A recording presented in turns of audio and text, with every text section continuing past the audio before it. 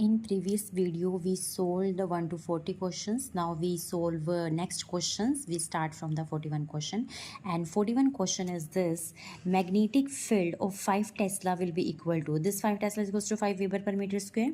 And next question is the direction of the magnetic field inside a current carrying solenoid is parallel to the x-axis.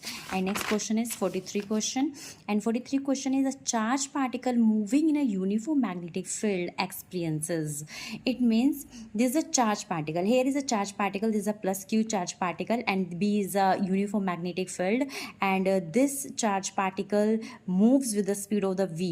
And here for Lorentz, this force is not a normal force. This force acts like a Lorentz force. It acts downward. This is a perpendicular to both this B and V. ये जो हमारे पास Lorentz force है, Lorentz force जो है ये जो हमारे पास charge particle है इसका परपेंडिकुलर है, ठीक है, इसकी वेलोसिटी के परपेंडिकुलर है।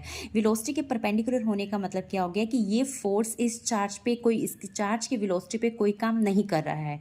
कोई काम न करने का मतलब इसकी वेलोसिटी में कोई चेंज नहीं आएगा। जो चेंज आएगा इस चार्ज पार्टिकल की डायरेक्शन में चेंज आएगा। डायरेक्शन में चेंज होने की वजह से इसका पाथ जो है वो बिल्कुल स्ट्रेट ना होके चेंज पाथ होगा, सर्कुलर कर्व्ड पाथ होगा, तो इसमें चेंज इन डायरेक्शन आ जाएगा। And next question is 44 question says that the Biot-Savart law is used to calculate, as we know that Biot-Savart law is used to magnetic field with a simple current carrying element. Okay, and next question 45th question is this: the force acting per unit length of two parallel and current carrying conductors flowing in the same direction is this.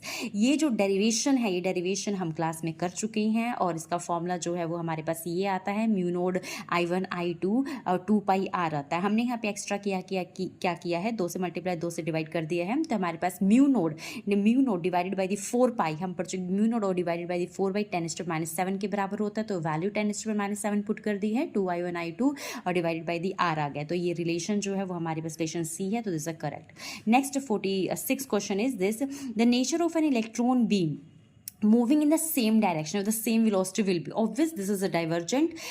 Divergent क्यों होगा?